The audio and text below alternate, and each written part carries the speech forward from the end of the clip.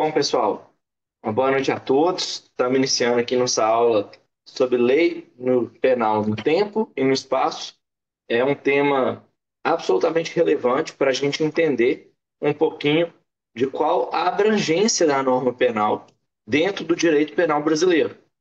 Pessoal, essa é uma aula introdutória do tema, né? A gente precisa de ter esse embasamento para entender um pouquinho da teoria do crime, né? E a gente vai discutir muito a questão principiológica do direito penal, que foi tema das nossas aulas passadas, justamente para a gente encaixar, né, um pouquinho de já entendemos qual que é a lógica do direito penal, de onde ele funciona, como ele, né, baseia os seus norteadores, baseia, né, a sua estrutura, o raciocínio criminal.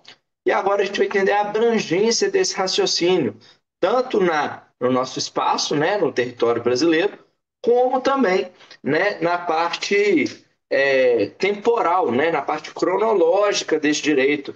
Por incrível que pareça, pessoal, a gente vai ver hoje aqui nessa aula que o direito volta no tempo também, ele retroage, que é o termo jurídico que a gente vai usar, justamente para aplicar situações em que a aplicação deste direito fica um pouco prejudicada. Então, né, só analisando um pouquinho da legalidade. Por quê? A gente já viu isso nas nossas últimas aulas, perdão. Opa, perdão. A gente já viu isso nas nossas últimas aulas, em que, né, a anterioridade a legalidade é o nosso princípio mãe. Ele é o princípio basilar, fundamental, que vai narrar, né, as nossas regras penais. Desse princípio, pessoal, decorrem várias regrinhas. Além disso, esse princípio ele fundamenta vários outros princípios, ele se correlaciona com esses outros princípios. Então, falando um pouquinho de legalidade, ele está lá no inciso 39 da Constituição da República. Muito cuidado, tá, pessoal? Uma tecnicalidadezinha boba, mas faz toda a diferença em provas orais, em entrevistas que vocês forem fazer, na própria petição, quando a gente estiver advogando ou fazendo a segunda etapa da prova da ordem, né? Não existe, turma, Constituição Federal. Isso é um cuidado que a gente tem que ter.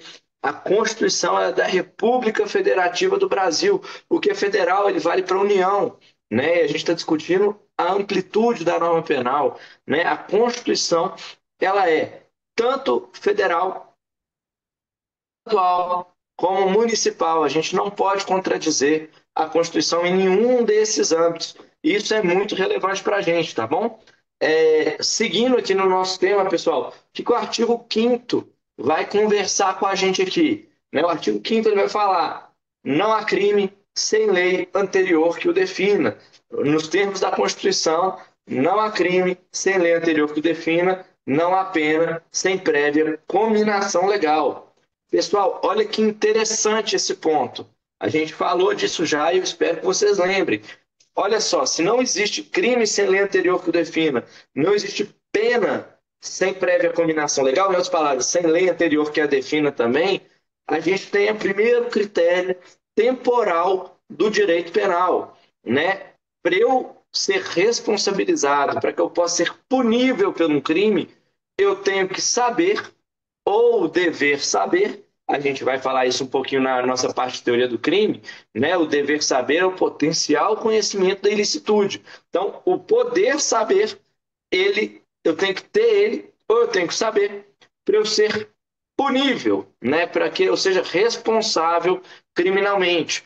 A gente vai lembrar também, turma, que a gente conversou nos últimos tempos, né? E que isso é um princípio do direito, a ilicitude, ela é um critério do direito como um todo, né? A ilicitude, a proibição, o antijurídico, ele é o contrário do direito, o contrário do que a gente quer, é o que a gente chama de comportamento desviante. E é muito importante a gente entender que essa ilicitude, ela não é só do direito penal, e ela é pré-típica, ou seja, ela vem antes do tipo penal. O direito penal seleciona uma parte dessa proibição, dessa ilicitude, para que a gente possa punir, né, aquelas condutas. Pô, Renato, e qual o critério que eu vou usar para punir aquelas condutas? Olha, o nosso critério é a lesividade do bem jurídico. Olha outro princípio aparecendo aí, pessoal. É a lesividade, ou seja, o grau de ofensa ou grau de ameaça de ofensa ao ponto de nossos valores socialmente consagrados, individuais ou coletivos, né, serem ofendidos ou colocados numa situação de perigo tamanha que justifique eu utilizar o mais agressivo que o Estado pode nos oferecer, né, que é o ius puniendi, ou seja, o direito de eu tirar a pessoa da sociedade, de eu lhe infligir pena, de subtraí-lo da sociedade e deixá-lo num espaço reservado, né? Aí depende da teoria da pena que você vai seguir, né? De retribuir, de ressocializar, de prevenir, ou para quem entende pela teoria gnóstica que não há um motivo específico, né? A gente vai tirar aquela pessoa da sociedade por causa dessa conduta desviante.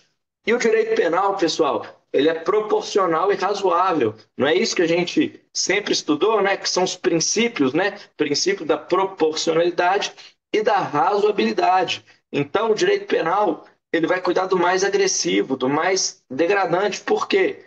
Uma coisa menos agressiva a um bem jurídico, ao patrimônio privado, por exemplo, uma inadimplência, ela tem que ser punida justamente no âmbito do direito civil, ou seja, dever de pagar, dever de indenizar, juros e correção monetária, esses detalhes que são absolutamente relevantes para a responsabilização. Agora, se esse crime contra o patrimônio virou um estelionato, é uma fraude, essa conduta ela é dotada de uma repreensão maior, ela é mais reprovável, ela ofende mais o bem jurídico. E ofendendo mais o bem jurídico, ela justifica uma tipificação criminal. No caso, o estelionato, artigo 171, né, manter alguém em erro para obtenção da vantagem indevida, induzir alguém ao erro, né, que é o termo lá que vai estar no artigo 171. Então, pessoal, se o princípio da legalidade ele define essa ilicitude que a gente selecionou para o direito penal ser mais punido, junto com a lesividade ali, né, a gente já tem um primeiro critério. Né? Se o crime não existia na época do cometimento, ou seja, se não havia uma tipificação penal, um texto do Código Penal ou de uma lei esparsa que previsse aquela conduta com primazia, com adequação, com perfeição, se isso não aconteceu, a gente vai ter uma ausência de crime. O crime não vai existir. Né? E se houvesse uma hipótese que existisse um crime, mas não tivesse uma pena combinada àquele crime, a gente não vai ter uma punição. Por quê? Porque a Constituição, como cláusula pétrea, no artigo 5º, inciso 39, colocou lá para a gente. Não existe punição se eu não tiver a previsão do crime e a previsão da pena. Então, isso já define para a gente o primeiro critério temporal. A gente não está falando de lei penal no tempo e no espaço. Então, no tempo, eu tenho que ter o crime antes da conduta. Eu não posso ter a conduta e depois vir uma tipificação. Lembrem-se disso, porque a gente vai conversar sobre isso aqui daqui a pouquinho. Além disso, pessoal, falando da legalidade, olha só, a legalidade ela vai proibir, está lá no nosso slide, analogia in malum partem.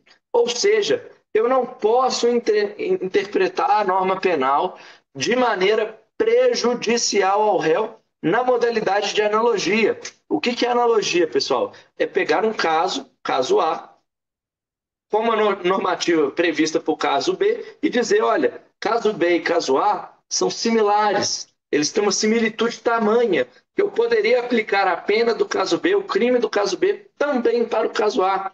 Pessoal, o direito penal é literal, ele é literal. A gente só faz analogia para beneficiar o réu, para prejudicar, não pode. Então, se eu tiver uma conduta praticada sem um crime previsto, mas eu tiver uma tipificação muito parecidinha com ele, não posso fazer essa adequação para punir aquela pessoa. Essa é a chamada analogia in malum partem, ou seja, ao mal da parte. Não vale, né? Poxa, Renato, mas eu posso então fazer para a defesa? Isso não desequilibra o jogo? Enfim, para o réu, eu posso fazer analogia. E para prejudicar o réu, eu não posso fazer analogia? Isso vai desequilibrar o jogo. Pessoal, muito pelo contrário, tá?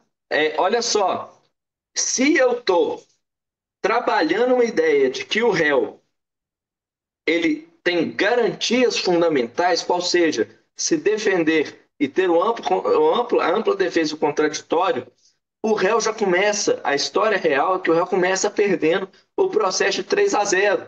O delegado já investigou, o delegado já produziu a prova, essa prova já passou pelo crivo de um Ministério Público que entendeu haver indícios suficientes de autoria e materialidade, ele já mandou essa petição para o juiz e o juiz também entendeu que tinha um indício de autoria e materialidade, ou seja, todo mundo no meu momento de defesa já está pensando, né, na verdade, que o réu, né, ele é, na verdade, um prejudicado, né? Todo mundo já entendeu que existe pelo menos indício de crime e que ele é o autor desse crime.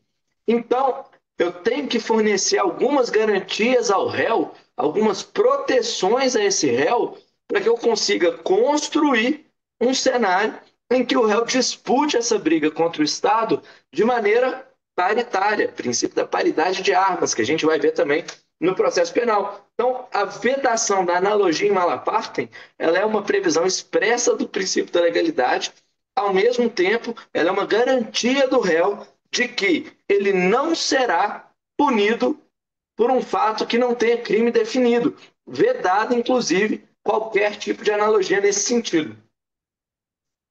E continuando, pessoal, olha só que interessante, né? Isso também tem a ver com aquele negócio que eu falei com vocês. Olha, antes de cometer um crime, eu tenho que saber, ou deveria ter que saber, que aquela conduta era criminosa. Se eu não tive isso previamente determinado, eu não posso responder pelo crime, porque ele tem que me dar um direito de escolha. É um critério de justiça, pessoal. Se eu tiver na minha vida comum o risco de sempre ter uma conduta minha analogicamente trazida para o direito criminal, eu não tenho segurança para fazer as coisas. O direito penal é muito agressivo, o medo de ser preso bate forte. Então, eu tomaria todos os cuidados possíveis para evitar que qualquer conduta acontecesse. O princípio da legalidade nos dá ciência do quê? Cara, você pode agir aqui, se você passar da linha aqui, você vai tomar um processo criminal. Esse conhecimento prévio, ele é muito basilar para a nossa sociedade, para a gente evitar punições desnecessárias e indevidas. Além de tudo, pessoal, olha só, a gente tem um critério da legalidade também, que é uma competência exclusiva da União. Somente o Congresso Nacional pode legislar sobre direito e processo penal. Os estados, diferentemente de outros países, como os Estados Unidos, eles têm a liberdade de legislar, né, por exemplo, nos Estados Unidos, sobre direito penal. Então, algo pode ser crime em um estado e não no outro. No Brasil, não é assim. A União prevê todos os crimes e as regras de processo penal. Medida provisória não pode prever crime. Regulamento, resolução, não pode prever crime. O princípio da legalidade determina que o conceito do crime, o tipo penal, deve estar previsto na legislação federal. Pô, Renato, mas e a norma penal em branco? Como que funciona isso? Gente, a norma penal em branco é um complemento de sentido. Ela não é o tipo penal em si, né? Então, quando eu tenho, por exemplo, a Lei de Crimes Ambientais que prevê que é proibido pescar na Piracema, a gente sabe que em determinada época do ano é proibido pescar. A partir do momento em que uma resolução determina qual época do ano é essa, eu não tenho uma violação da legalidade. Eu só tenho uma determinação de tempo, em razão da fluidez. Cada ano é uma época, depende da chuva, depende do ciclo reprodutivo dos animais. Então, para eu evitar ter que passar uma lei federal todo ano acerca desse sentido, eu permito que uma resolução administrativa vinda do executivo traga essa determinação. Mas o conteúdo do crime, ou seja, o conteúdo do tipo penal, o que eu posso ou não posso fazer, está previsto certinho nessa lei. Então, é muito importante vocês entenderem isso. A norma penal em branco, ela não viola a legalidade. No máximo, flexibiliza, né? E também não existe criminalização de costume, né? Se algo é costumeiro, ou seja, né, se algo é socialmente adequado, ela não pode ser crime também. E por fim, né? Não existe crime se a gente não tiver uma previsão absolutamente específica, absolutamente concatenada, absolutamente perfeitamente descrita ali. Eu tenho que conseguir entender o que eu estou fazendo, né? Se eu não tiver essa descrição, vocês estão vendo aqui no slide, né? Ela é nula, não há crime. Renato, mas tem o crime na lei dos crimes contra o sistema financeiro nacional que vai falar com a gente justamente sobre o crime de gestão temerária e gestão fraudulenta de instituição financeira. Você consegue extrair o sentido só naquele tipo penal de gerir temerariamente instituição financeira? Não. É um tipo penal em aberto, essa é a nomenclatura, não se esqueçam, e na minha visão é, de fato, inconstitucional. Gente, continuando aqui, né? Espero que esteja todo mundo claro, todo mundo bem entendido com essa questão, né? Continuando, a gente tem também um outro princípio que vai lidar com a gente nessa questão de lei penal no tempo e no espaço, que é o princípio da anterioridade. O princípio da anterioridade, que ele é estabelecido lá na Constituição, né, no inciso 60, ele vai falar para a gente que a lei não volta para prejudicar, ou seja, a lei, né, ela não volta para prejudicar o réu no tempo, ela só vai para frente. Poxa, Renato, mas no processo penal é diferente. Bem lembrado, pessoal, no processo penal é diferente. No processo penal, a gente tem a regra, o princípio do tempus regit actum, ou seja, o processo é regido naquele tempo da regulação da norma. No direito material penal, a gente vai ter, né, uma aplicação do princípio da anterioridade, da vedação, da retroação em malefício ao réu. Que quer dizer o seguinte: se eu tenho uma regra nova que exacerba uma pena, que amplia o rol de condutas, ou que muda o tipo penal para prejudicar o réu, ela só vale para frente. Se o crime foi cometido anteriormente, vamos lembrar do intercrimes, pessoal. O crime acaba quando cessa o último ato executório. Cessou o último ato executório, veio o resultado, a gente vai ter, né, justamente a aplicação da norma daquele tempo. Passou ali, a lei mudou para prejudicar, ela não vale para a gente. Tá claro? Né? Então, vamos entender um pouquinho do tempo do crime, pessoal. É o artigo 4º do Código Penal e a gente está trabalhando um pouquinho o iter crimes. Vocês vão ver aí, né, na nossa própria slide aqui, a teoria da atividade, ou seja, né, o crime é praticado no momento da ação ou omissão, né, mesmo que o resultado ocorra depois, ou seja, no momento em que cessa o último ato executório, estou repetindo isso porque é importante fixar, o último ato executório, a gente tem o crime acontecendo. Se o resultado acontece anos depois, tempos depois, a gente tem que tratar, né, isso como algo que não vai influir no tempo do crime, mas sim no resultado e na pena. Bom, pessoal, continuando aqui, né? Olha alguns exemplos práticos. Se eu disparei a arma de fogo às 20h50 e eu tive o resultado morte à meia-noite e 30, se a lei mudasse na meia-noite daquele dia, vale a lei do dia anterior, né? Isso cai muito no OAB, pessoal, muito no OAB, princípio da não retroação para prejudicar o réu. Renato, o contrário, se retroagir para beneficiar, a gente pode ter até um instituto, pessoal, que chama abolício crimes, tá? Esse abolição crimes é a absolvição do réu porque o crime deixou de existir no futuro, mesmo que o último ato executório tenha acontecido no passado. Se isso acontecer, pessoal, é para beneficiar. Pô, Renato, novamente, eu acho que essa questão é injusta, né? Eu acho que essa questão, ela não vale. Olha só, pessoal, no cenário atual, né, o que a gente tem? Se um crime deixa de ser crime no decorrer de um processo, é porque a sociedade, lembra do comecinho da aula, entende que aquilo ali não é tão relevante mais, não viola tanto aquele bem jurídico ou não coloca aquele bem jurídico tanto em risco, né? Olha que interessante. Se eu mudei o entendimento social, se aquela conduta não é dotada daquela lesividade social mais, por que eu vou continuar punindo aquilo? Né? O crime deixou de existir, ela retroage para beneficiar, mesmo que haja trânsito em julgado na sentença penal condenatória. E aí, pessoal, o STF e o STJ pacificaram esse entendimento já, dizendo, né, que a lei, né, vale a lei do momento do último ato executório. É a súmula 711 do STF. Além disso, pessoal, né, a gente vai falar um pouquinho de prescrição. Né? A prescrição da pretensão punitiva em abstrato, ela vai contar da ação no crimes instantâneos e não do resultado, salvo a lei de droga, que conta do momento da apreensão. Entendimento atualizado do STJ. Tá bom? Então, pessoal, a gente falando, né, da retroatividade não vale, né, retroagir em méritos, vale em benefício da parte, né? Então a gente tem vários exemplos, lei de drogas que reduziu a pena mínima do tráfico, né? A gente tem pacote anticrime que aumentou os requisitos do flagrante, né? Então a gente tem vários casos nesse sentido.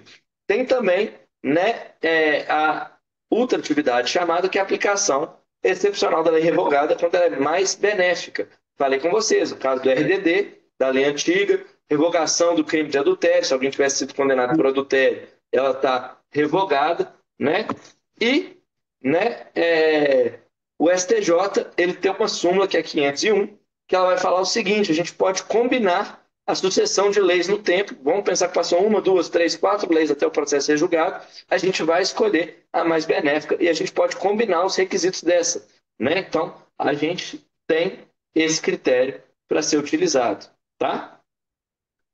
Então, nesse sentido, pessoal, a gente tem que falar um pouquinho também do conflito de leis penais, né, no tempo. Abolição crimes, como eu já falei, a abolição do crime é uma nova lei que descriminaliza determinada conduta e ela retroage para todos aqueles que ali estão, inclusive para condenações que tenham trânsito em julgado de sentença penal condenatória, aplicado também aos crimes hediondos. A novatio legis in melius, né, que é a melhoria, ela volta no tempo para reduzir uma pena ou para melhorar uma condição e, melhorando, ela se aplica para todas as situações, inclusive com trânsito em julgado. Para ser mais gravoso, vale daqui para frente, considerando o tempo do crime, o último ato executório. Nesse caso, é só daqui para frente, não vale daqui para trás. Estamos claros com isso? Tá tudo certinho? Então, pessoal, vamos continuar com o local. A gente entendeu o crime no tempo. Agora é entender o crime no local, né? E a regra é: o crime é considerado praticado quanto ao resultado. A gente aplica no Brasil a teoria da ubiquidade, ou seja, né? O crime ele começa num lugar, no início da ação executória, e ele vai terminar no resultado. Esse caminho do crime é chamado de intercrimes e a gente considera ele todo para definir o lugar do crime. Então, se um homicídio começa, eu dei um tiro numa pessoa na divisa do Paraguai com o Brasil e a pessoa foi do Paraguai para o Brasil, eu tenho repercussão no Brasil? Sim, porque o resultado do crime aconteceu no Brasil. O inverso seria verdadeiro. Se eu dei um tiro na pessoa e ela foi sangrando, fugindo de mim até o Paraguai e morreu no Paraguai, eu também tenho repercussões disso no Brasil, tá bom?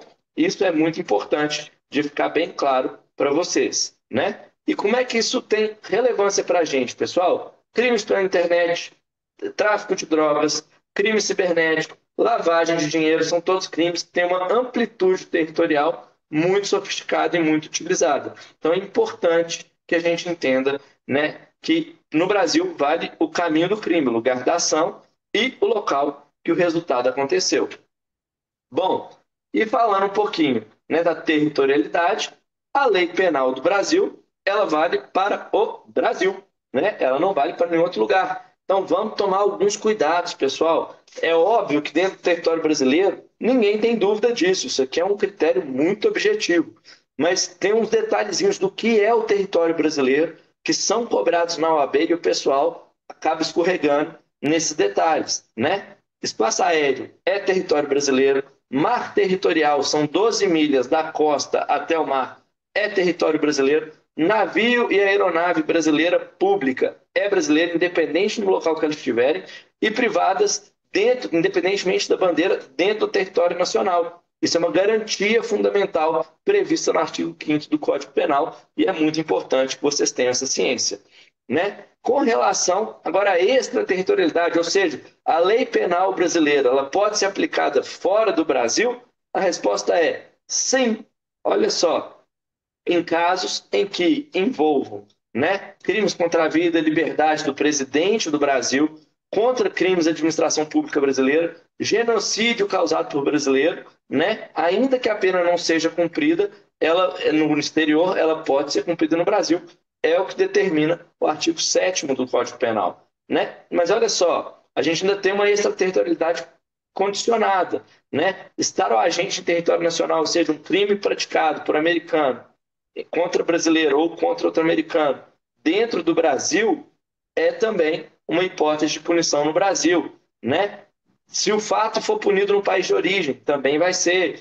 Se o crime tiver incluído dentro daqueles que permitem extradição, né? Se o agente não tiver sido absolvido ou punido no estrangeiro, a gente pode colocar isso aqui no Brasil também. E não tiver havido extinção da punibilidade, né? Então, pessoal, eu deixei para vocês aqui algumas questões que são também polêmicas, né, com relação à lei penal no tempo e no espaço. Né? Em 2023, se um traficante fosse preso mantendo drogas em depósito, um crime que é permanente, ou seja, a execução dele se prolonga no tempo até o momento que ele para de cometê-lo. Né? E uma lei nova aumenta a pena mínima de 5, que é o crime do artigo 33, para 8 anos. A gente vai aplicar a lei mais grave ou mesmo assim a gente vai aplicar a lei mais nova por contrariar a retroatividade. A resposta está na matéria, né? A gente vai corrigir junto, né? Espero que vocês se questionem aí com relação a esse ponto, né? Um outro cenário de conflito territorial: um brasileiro mata uma vítima em Lisboa e volta para o Brasil. A pena do crime de Portugal é de 2 a 12 anos e no Brasil é de 6 a 20. A gente aplica, né, a regra do Código Penal e podemos julgá-lo aqui. Como que funciona isso? As respostas também, né, são todas questões que já foram abordadas, né, na OAB. Competência também criminal. Golpista no Rio de Janeiro aplica fraude Pix, causando prejuízo em São Paulo. Aonde que é a competência? Né? A gente tem aí, eu deixei para vocês a fixação de entendimento do STJ no HC 67343. Né? Então, para a gente resolver, para vocês pegarem essa gravação e pensarem um pouquinho para a gente discutir em sala de aula. Né? E aí, pessoal, eu queria trazer todos esses pontos para vocês, a gente discutir isso bastante em sala de aula, corrigir e trabalhar algumas questões. A gente vai fazer isso na próxima segunda-feira, né? Eu espero que vocês, né, tenham um bom carnaval. Fixem esses conteúdos, pessoal. A gente não combinou que a gente ia ler a lei e estudar um pouquinho da doutrina? Então, primeiro para casa, artigo 2º ao artigo 8º do Código Penal, é para estudar, para a gente fazer os exercícios na nossa aula que vem. Tudo bem? Eu queria desejar um abraço a todos, um excelente carnaval, né? E me colocar absolutamente à disposição para quaisquer esclarecimentos que forem necessários. Um abraço.